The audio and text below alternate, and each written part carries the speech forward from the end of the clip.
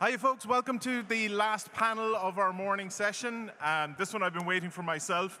We're going to be talking to some of Ireland's fastest growing unicorns. I believe the collective term is a blessing of unicorns. Can you welcome back to the stage, please, our host, Robin Waters from Tech EU, and then Jack Pearce, one of the co-founders of Wayflyer, and Conor McCarthy and James McCarthy, the co-founders of Flipdish.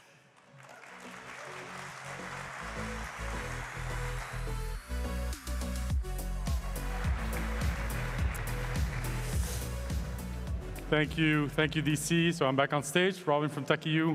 And I don't know who caught my opening remarks this morning, but I basically said any healthy ecosystem needs lots of elements, investors, corporates, forward-looking policymakers.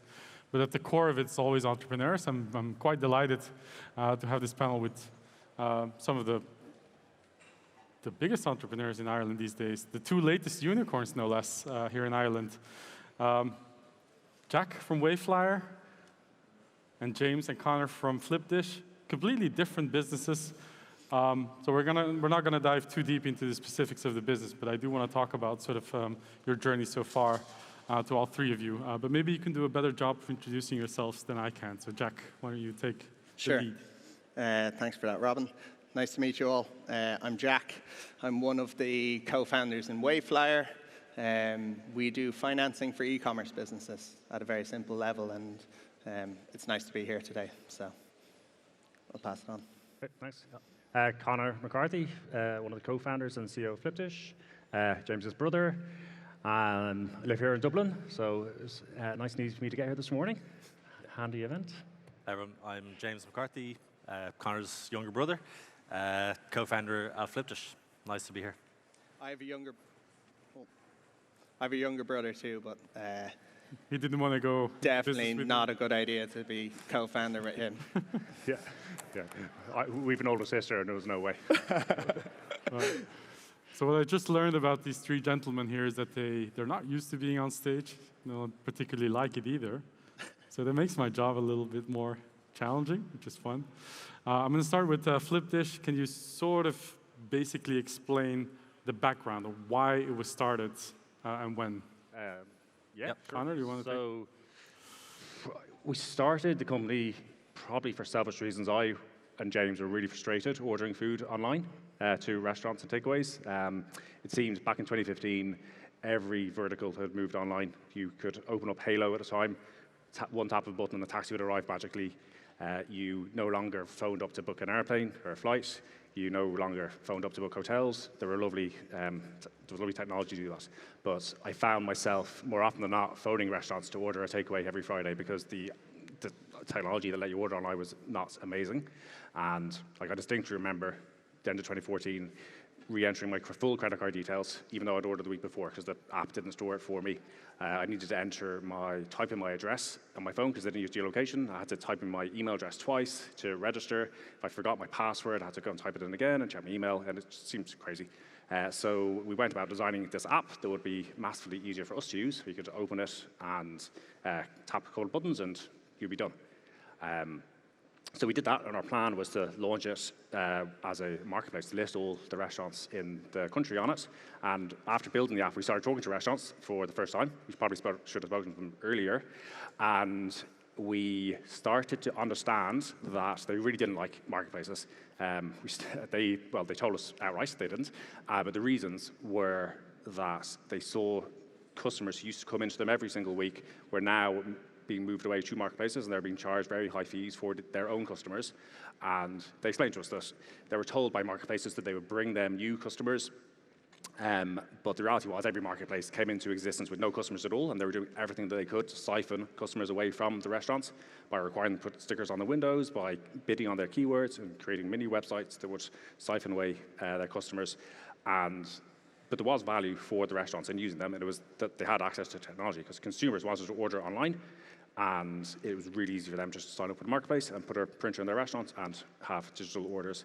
So we realized we should help them with the technology side of things, but also help them maintain a direct relationship with their customers and help them survive and thrive online and not end up working for marketplaces. No, And this has resonated quite well with the hospitality industry, which we'll get into in a bit. James, I assume you don't have a different recollection from how Flipdish started, so I'll just go to Jack and maybe ask him sort of the background of Wayflyer, Sure. which is essentially a fintech company, right? So, but what was behind the reason why you started the company? Yeah, I think, so ultimately we make all our money from financing. I'm not sure, internally we don't really think of ourselves as a fintech company. We really started to help e-commerce companies, and anytime we release new products or think ahead, we think, how do we help e-commerce businesses be successful? And however we can move the needle the most there, that's what we'll do. But yes, today, we're definitely described as a fintech company. So the founding of it, I was working for another Irish entrepreneur, Liam Casey, a guy from Cork. He's got a supply chain and manufacturing business that would have developed all of Fitbit's products, which everyone will know. PCH, yeah. GoPro's products. They have development offices in San Fran, prototyping, developing products, big manufacturing plants in China, and learned a lot working with him. But we were investing in different hardware, like product-focused companies, and what we were constantly seeing was most of the time when they would raise money, they'd go and raise $5 million. It was actually going into inventory. So the interesting thing, everyone pretty much makes things in the Far East. Far East is China, Vietnam, a little bit India now.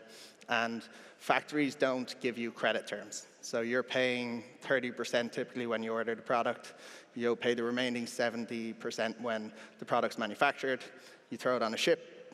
It'll get to the port in LA, eventually through to your warehouse, and you start selling it. And despite having like a great product in a business that's really, really growing and growing quickly, you can't constantly finance inventory.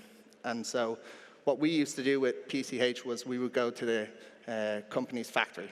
And PCH is a good name down there. We would be able to turn that around and get 90 days terms with them. And suddenly when you have 90 days terms, you're selling the product before you're paying for it, changes the system entirely. And so we could only do that for 20, 30 companies, only the ones we invest in. It would take a long time to negotiate with these factories. And we thought, why don't we solve the problem a different way and put cash ultimately there? If we just throw cash into that gap for businesses that we know can sell online, then they won't have this issue anymore and they won't need to raise as much equity capital. And so at the time, I knew nothing about analyzing e-commerce businesses, so I found a much smarter co-founder, Aidan Corbett, who's from Cork. He had a business that does data analytics at the time called Conjure for e-commerce businesses. So he was really, really good at pulling all of their data in, payment data, advertising data, CRM data, web analytics data, to tell you ultimately, could this business sell profitably? Like, how well did they sell? How often were customers coming back? And so I went to him with the idea, and we kind of merged the two together, started September 2019, and took about 6 people with us, and off we went. So, yeah, that's where it came from. How many people now? Oh, God. I never like talking in terms of success as number of people, because you kind of got to make money, and that's a worrying thing to have. But about 450, maybe 500 people. Yeah. Thereabouts. I think I remember Flipdish, you're at about 340 people, working in lots of locations around the world, actually, already. But take us maybe back to the early days, James. Was that the first time you set up a business with your brother, by the way? Or Well, it's the first legitimate business that we set up. We used to sell... Well, tell me all about the other ones then. Well, we were in school together, so I was 3 years younger than Connor, and I think I was maybe 13, you were approaching being an adult age. So he used to get me to sell bootleg DVDs and stuff to the kids in school. So yeah, pretty similar to what we do at Flipdish. He builds the products and I'm kind of responsible for trying to sell them. And when you started out building Flipdish, did you ever imagine that you'd be at 340 people a couple of years later? It's hard to kind of bring yourself back to what you were thinking at the time, but we did start Flipdish, and we always wanted it to be a huge kind of tech company. We chose the industry largely because of what Connor was saying, but also because we thought that there was going to be massive change over the next 10 years, and that has proven to be true. So we looked at like retail, and that had kind of evolved, and they'd adopted technology, but in the restaurant industry, that just wasn't the case. And we're seeing it now, especially throughout COVID. There's been a massive adoption of technology from online ordering systems, but now even kind of dine-in with QR code order and pay, where you can scan a QR code, look at a menu, place an order and pay. That just didn't exist, a few years ago in Europe and North America, and self-serve kiosks as well. That's huge demand for them, especially with like the labor shortages. Like one of the biggest pain points for restaurants today is they just find it so hard to hire people, chefs, front of house staff as well. So yeah, there really is a big demand for these products, and even outside of the restaurant industry, in the likes of hotels. We're in talks with large hotel chains that are looking to digitalize. If you think of like room service, QR codes in the room where you can scan, you can look at the menu, poolside bar ordering, and even like the stadiums. So like Premiership clubs have reached out to us asking if we can solve their kind of halftime pint ordering problem. So yeah, there's lots going on.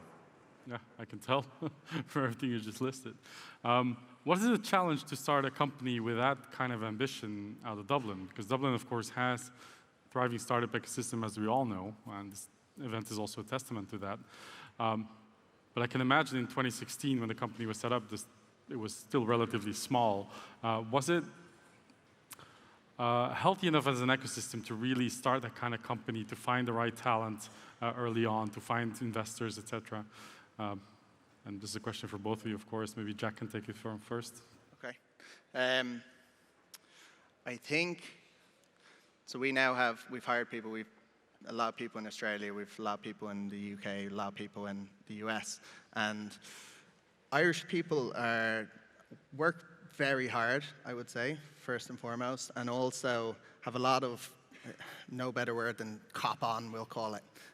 There's a lot of like wheeler dealers, let's call it, in the country.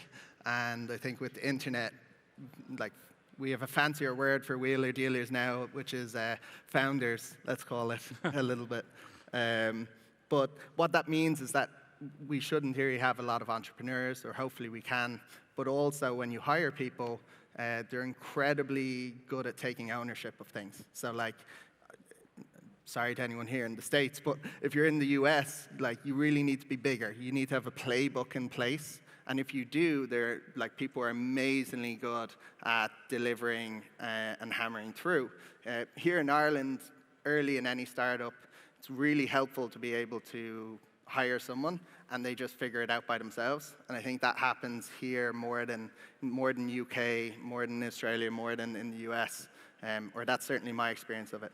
And then in terms of a launch pad from here, I think being such a small country means that like you're just forced to go global straight away.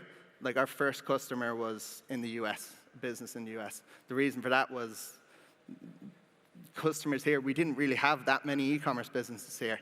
And if we were just giving out money to e-commerce businesses here, we wouldn't be very big, to be perfectly honest with you. So it forced you to go global, which is really important. And then we've the benefit of, you've got Google here, Facebook here, you've got this unbelievable wealth of sales talent. And that sales talent is serving all of Europe, like Spanish market, Italian market, French market, all from here. And so you've all these people who've been trained by the best of the best that you can hire, and they can come in and they know exactly what to do from the start. And so those two things have really helped us, I'd say, just really focusing on going global at the start and just having really good sales talent here. Yeah. It's been super helpful. Connor, does that resonate with you? Yeah, definitely, it does. I think the talent side of things, the fact that we're in lots of European countries, but we can find staff who speak all those languages in Dublin, has been really useful. I think on terms of some of the challenges, raising money back in 2016, it probably has evolved a bit since then, but for us, I think we spoke to every Irish VC and had meetings with them, and maybe it was just us, but we felt like it was getting blood from a stone. It just wasn't happening. We got it. Some were excellent. They would tell us, no, you're not a good fit, and this is why, and that was great. There were a lot of slow no's. Back at the beginning of 2016, I think we were making maybe 20,000 a month, and we'd drawn out our pitch deck and said, oh, what massive growth can we have? And we'll put on our pitch deck, and we said, oh, with 4x that year. We showed it to some VCs, and they said, oh, if you do that, definitely come back. That would be amazing. So December comes around, and we've 4x our revenue, and we go back to them, and they're like, oh, you're still a bit small for us. Could have just told us that a year ago. We looked elsewhere. So in the end, we pretty much gave up on Irish VCs and went to a family office and found an excellent family office who did invest in us. And even though we got investment through them, which was amazing, and they've been super useful, the process itself was different than typical VC, and that we'd arrange a deal and then they'd have to go and find the funds for it. So it took months and months to actually close the deal, and to the point where we're struggling to hit payroll, taking out loans to cover it while we're waiting for the deal to close. And then about a month and a half after we closed that deal, we got an email from a German VC on a Tuesday, and I spoke to them Tuesday afternoon. We had a term sheet on Wednesday. Monday, I was in Berlin negotiating the final terms of the term sheet. We had the term sheet signed the day after, and money in the bank very soon after.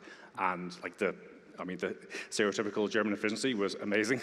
That really showed. And I think it's just a matter of the volume of deals that are happening in Ireland at the moment means that the VCs here just don't have the processes and aren't clear enough in what they think is a good business. So they spend more time learning about the companies, because I haven't seen as many of them as some international VCs. But it probably has evolved quite a lot since then. I think at that family office, Alstone, they've just done the first close of a new fund. So things are progressing. Yeah, I have to say, quite surprised that a German VC was considered to be the fast one. I don't hear that often, I have to say. But good to see it's changing. Jack, you have anything? I think with the same thing for us. Going global with investment is probably the best side of things too. And I'm not trying to say that in a negative way. I think it goes back to the size of the country. When you think about the VC market here, if you have 100 million, that's like a big fund, and it genuinely is. But if you're in the US, if it's not $1 billion, it's very small. And what that means is that flows through to risk tolerance. Speed, because if they're writing you 5 million, they kind of don't want to waste any time on it, to be perfectly honest with you. And also, the VCs in America want 100x, whereas if you're smaller, you're happy with 10x. That just flows through, and I think it's just a virtue of things are slightly smaller here. But it's definitely something I think we should work on, and we can definitely do better on. Similar with angels, I think when you're starting, it's incredibly important to get angels on board. The people who've helped us the most were always all of our angels. And again, virtue we're reasonably small means we have less entrepreneurs who've done things before, been there, done that, can introduce you to other people. When I think about, we closed a big debt facility with JP Morgan of kind of $500 million recently. And how that actually happened was Liam, my old boss, is doing a talk to about 500 people, probably just like this, in JP Morgan. And he's standing on stage, and the last question they ask him is, you were the first investor in Stripe, what else are you excited about? What other investments have you made?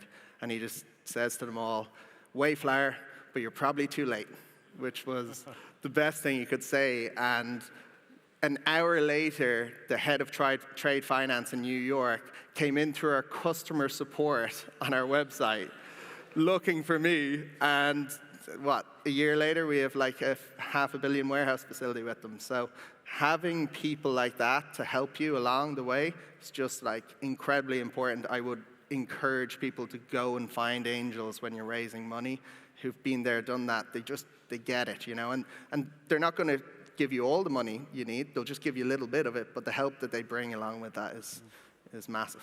Yeah. Great story. Quite a hell of an endorsement there. And Flipdish, of course, you raised money from really, really big investment firms.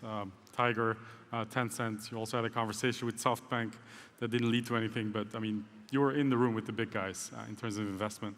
Are those conversations extremely different from the ones you would have with Irish VCs or angel investors? And what is it like, sort of, because they're machines, right? I always, like Tiger Global at some point was making 10, 12 investments a week. Do you not feel like a number when you talk to these investors? Do they really understand? Do they want to go deep? Do they get it? James? Yeah, so we raised money from Tiger Global at the beginning of 2021, and then raised 100 million at the beginning of this year from Tencent. And the processes were totally different. And this kind of goes into like some of the learnings. Like, I think you should kind of make up your own mind about things, and people, the best intentioned, smart people with the best intentions will give you bad advice. I think we received some bad advice. So we just did the fundraise ourselves, and we didn't really have a process, and we ended up talking to Tiger Global, and we raised that round. But I think had we had a better process, and had we used a banker essentially to help us run the process, we would have done much better in that round. And 12 months later, we raised at a much, much higher valuation, and it was a much more efficient process. So we used a company called Numis, and they helped us raise the round with Tencent. But in terms of talking to these VCs, I mean, the big difference between them and Ireland, like, I think in Ireland, it's just, especially when we were raising in the early days 7 years ago, it was just very immature. Like, the market wasn't mature, and I think they, just like we were, they were learning as they were going. And actually, the first check that we got was not from an Irish angel. It was from an Italian guy called Gianni, and he invested in maybe 10 Irish startups, and we just showed him our revenue graph going up and to the right, and he was like, okay, where do I sign? And he was a former founder, so there was kind of less bullshit, I guess, with him. Whereas like all the other VCs were like, oh yeah, come back, like Connor said, when you have a bit more traction or whatever. So I think that kind of is a reflection on the Irish kind of investment community. And it's changed a lot since then, but the fact that our first check was from an Italian guy. I think like in the US, like for example, everyone knows the PayPal mafia. There's so many people that came from PayPal that went on to start companies, and they all become angels. And I think the same is true in like Colombia with Rappi. There's loads of angel investors coming out of those successful companies. And I'm not sure in Ireland that we have that yet, but you know, maybe Wayflyer and Flipdish, the people that were early on in these companies will go on to start their own companies, and they'll go on to make angel investments. No, okay. So let's leave the capital side of the equation enough for now. Let's talk maybe about your own leadership skills, because if you do a fast-growing scale-up like Flipdish and Wayflyer are, you also sort of have to evolve as a manager, as a leader. So what was that like from the inside for you, Connor, maybe, and Jack as well? Connor? So, sorry, just to be more specific, what kind of skills do you feel like you needed to learn that you didn't have when you were still relatively early stage and young? Yeah. So when you're in the early days, you have a very small amount of people to lead, so all of your leadership is one-to-one. You're trying to convince someone to leave a stable job to join a startup that has no customers and no revenue, and that is one aspect of leadership that you have to have. And when the company grows, you still need to do that. You still have your circle of people you work with directly, but you also need to layer on top leading to many people all at once. So in terms of like just speaking in front of the entire company and trying to motivate 300 people all at once instead of just doing it on a one-to-one basis is something new that we've had to learn. For yourself? Sorry, what was the question? What kind of skills do you feel you needed to learn as you were scaling? So I think something I learned is that it's important to be very visible. Like you might think that, so we have like approaching 400 people now, and you might think that you don't really have anything to say that's kind of insightful or interesting, but your team just appreciates hearing from the leadership, and it goes for the entire kind of C-suite. So every week, myself and Connor were taking in turns on a Friday. We have an all hands, and we would just talk about what we're thinking about, what we're seeing in the market, and Also, another thing is if you have a tendency to kind of skew negative in how it's easy to look at problems and jump on problems and focus on problems. But I think, maintaining a sheen of positivity with the team is something I learned is quite important. And also, the old kind of adage of shit should trickle upwards, not downwards, is true. And as much as we try to have an open book management style and we're very transparent, everyone knows how much money we have in the bank and what our burn rate is, there's just loads of stuff that you just don't need to burden your team with. They're stressed out enough as it is, so I think you should try to be, as a leader, a stress kind of reliever rather than creator. I think, sorry, just think one other thing that I had to change a lot myself was, in the early days, it made a lot of sense to actually solve problems directly and work on the business itself, and that's shifting towards needing to work on the company more so, and when you see a problem, instead of trying to fix the problem, trying to not do that, which I'm very inclined to do, but instead focus on the system itself and try and step back a bit and say, why did that problem happen? I can't fix every single problem myself. I need to change the system, work with the people who can then go and fix the problem, which I think is quite a different mindset and takes quite a bit of getting used to, but important as you scale, because when the company grows, you cannot fix every single problem yourself. You need to build a system and a company and a structure that will handle these type of things. I think what you just described is the biggest difference between starting a company and scaling a company. Sometimes you just let go and delegate and have senior leaders around you. Jack, what was it like for you? Yeah, you know what? I would have said the exact same things as two lads, which is always interesting when you hear the same things. I didn't expect them to say that.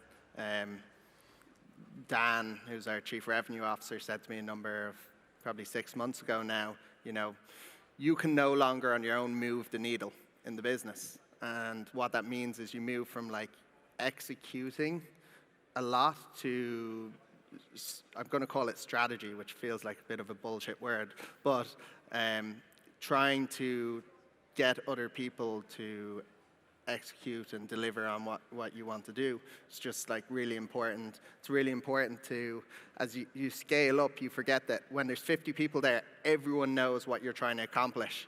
Everyone knows who your customer is, what they care about.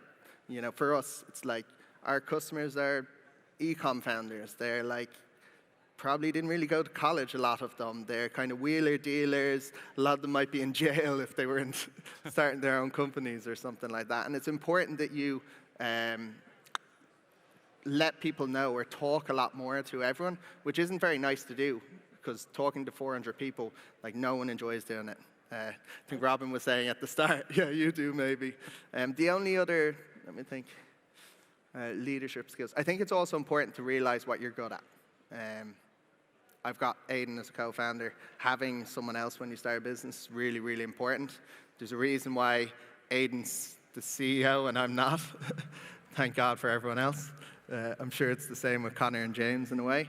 But I like doing new things. I like doing things from, we'll call it 0 to 1. And so pretty quickly within Wayflyer, we said, well, how about I go and I run new products and new bets, we call it internally, because that's what I'm good at, Why would I move into doing something that I'm not good at, like being a CFO of a 450-person company when I've no interest in doing it, and I probably wouldn't be that great at doing it either, to be perfectly honest with you, So understanding what you're good at and doing that is pretty important.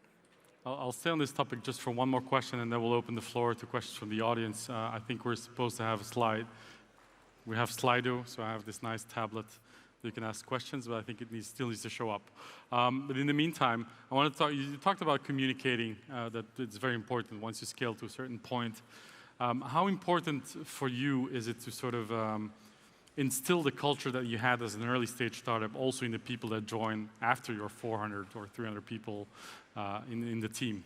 James, maybe you want to grab that one first. Well, I mean, the culture evolves. And I think you should, so what we did at Flipdish very early on is we wrote down our culture on a culture deck, and it hasn't really changed that much.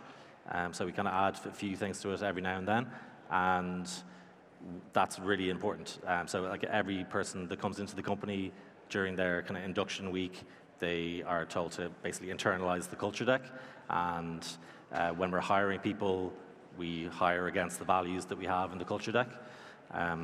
So yeah, I think it's like people say, the culture is what happens when the founders or the leadership team aren't there. So yeah, I feel like we have a very strong culture, and like we have a few values like high performance and doing what's right for the company. And generally, when you do what's right for the company, that's right for the customer and for the team. Yeah, and it goes into hiring as well. We take hiring incredibly seriously, and we do that so that we can maintain and like improve the culture, and especially on that high performance piece. Like on average, the people that have joined Flipdish have gone through like 7 interviews. We have aptitude tests, and like recently we were hiring for a chief of staff role, and we into the final stage of the interviews. There's 3 candidates. One was a Harvard Business School graduate, one's from Stanford, one was at Carnegie Mellon, like all schools that I would not get into myself. And we tried to hire all 3 of them. We got 2 of them. So I think that kind of high performance part of the culture is incredibly important. Yeah, I think even that, yeah. I totally agree. Maintaining a strong culture is very important, but actually making it happen is there's quite a lot to that. So I mean, there's a lot of things we do tactically to make that happen. So like, we have our all hands every single Friday, and in that we have shout-outs and call out people who are living up to our culture and our values. In our annual off-site, we have awards for people who have like lived the values, and yeah, kind of lots of stages in somebody's interaction with Flipdish. We try and like reiterate and re-communicate what the actual culture is, which I think is very important, because I mean, if you just write down your culture, that's one thing, but unless you actually keep talking about it and keep highlighting people who are living up to the values, it will fall away. And similarly, for promotions, if anyone's getting a promotion, we look back to our culture deck and say, are they actually living the values that we want to live?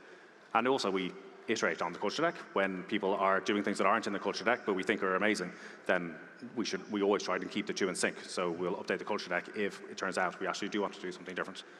Yeah. Anything specific to Wayflyer in terms of maintaining culture that you want to highlight? I think for us, one of the things that has really helped to maintain it is there's 3 things we care about. I'll come back to them, but in every interview, every person that interviews anyone in the company, we ask them to answer the question of like, are they good at these 3 things? 3 things are like, we care a lot about people owning things, just being entrepreneurial, not having to ask for permission or sign off on anything like that. And long term, that will hopefully lead through to a lot of entrepreneurs coming out of the company. For me, that would be the greatest success in the world. If a load of other employees go and start their own business, I'd love that more than anything. I think me and Aidan have both worked with people in the past that we probably didn't like that much, and so we say be sound, which doesn't translate amazingly to America, but really, really focus on that is pretty important. And the third thing is like just hire ambitious people. If you hire ambitious people, they'll work hard, and I don't think anything in the world can make up for hard work, to be perfectly honest with you. So, yeah. Well, I did promise the audience to have a chance to ask questions, but I don't know how we're going to handle this. You have a microphone that you can take to people? Okay, great. So if anyone wants to ask a question, now's the time. Yeah, maybe the gentleman in 3rd row, yeah.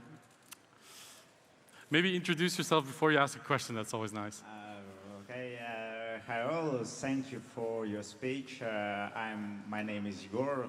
I'm a CTO of Dots platform. We are making the same thing that Flipdish, but maybe a little bit better. I hope so. Dots platform. Yeah, I think you need to Google it. What is the main problem to be a fastest growing unicorn? I'm asking about Flipdish. With which problem you are facing right now, and what do you deal with it? How you deal with it? Yeah.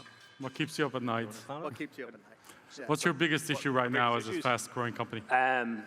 Well, so James touched on a lot of different areas that we're getting interested in the business. So the whole world is trying to digitalize in the hospitality industry at the moment. As you probably have noticed, I started a business in this area, so we're getting pulled in lots of different directions. So we have the largest stadium companies in the world phoning us up, asking us to put a QR code on the back of every single seat in their stadiums.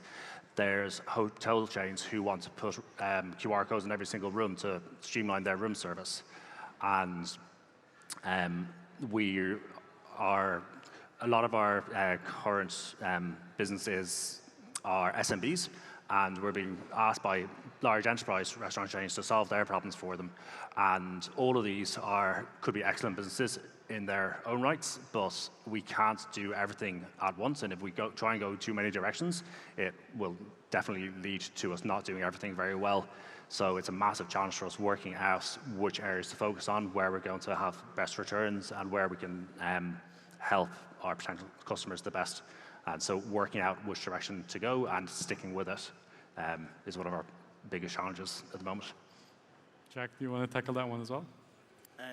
Yeah, sure. What will I say? Okay. There's kind of two types of things that keep me up at night. There's, I suppose, negative things you don't really want to happen, and then there's things you really want to happen. Let's call them positive things you want to do.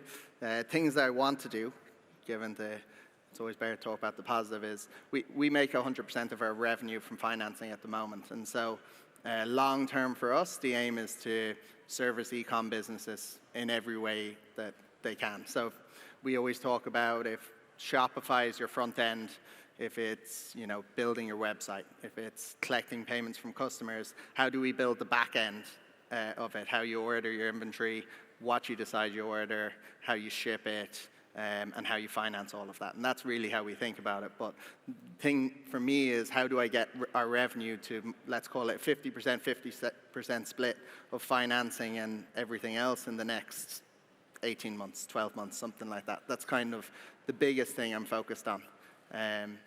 Negative things, we probably already talked about it. Just as you hire lots and lots of people, I just worry that you'll end up being a Google, having a load of people managing managers of managers. Horrible.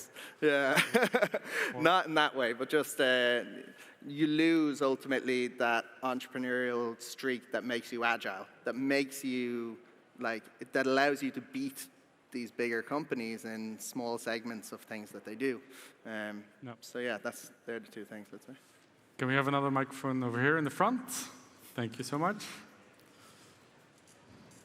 Has he heard his chances of getting a job in the future? Yeah, he's a big fan of Flipdish, if I remember correct. Hi guys, how's it going? Paul from Peckish. So I'll probably start with Jack for this answer, and it's kind of your Liam Casey moment. So what startups are you most excited about right now that are coming out of the Irish ecosystem, and then probably onto the lads for that as well afterwards? Besides Peckish, obviously. Beside Package, of course. I met I know before I started Wayflyer, I felt incredibly old. I spent a lot of time with Shane Curran, who started Evervault. He was in 5th year in school at the time, which is terrible for your self-esteem, let's call it. What they're building, if they can build it, will be pretty big, I think. It's pretty cool. I met a young guy, James, who has a business called Tippit, which I love. When there's what they do is they basically have ways for you to tip when you go into restaurants or hotels, etc. He's 21, full of energy, persistent as hell, which you've got to be. I've only met him once, by the way, just for perspective. But I love that we have an office across the road from Bear Market, and every day when I go in there, I use his product. So when I met him, I was like, I use your product every single day. That's pretty cool. So I'll leave it with that, maybe, if that's all right. That's a good tip. Connor, James? Yeah. So, funny, actually. Myself and Connor made a small angel investment in a company called Zelda.com, and they do tipping. So it's a competing product there, but it goes beyond tipping. It's all sorts of payments. So you can create a QR code really quickly. It's really good for hairdressers who want to get paid, buskers if you want to make donations. So that's an exciting one. They're a sister duo, and it's kind of another example of where myself and Connor kind of advise them just to look to the US for fundraising. So they've got incredible traction, and they recently got an investment from Sequoia. So yeah, they're pretty exciting. They're both, I think, got like full marks in the Leaving Cert, and they're like first in their years in Trinity, and then went, I think, and worked in JP Morgan. So yeah, super smart. Connor, anything else you want to highlight? No, I think you've covered it pretty well. Very, very sad to say that I got the signal that we're out of time. It was a pleasure to have the two latest Irish unicorns on stage. Really interesting, I hope, for all of you. Thank you so much for joining, and enjoy the lunch break. Thanks, Robin. Thank you.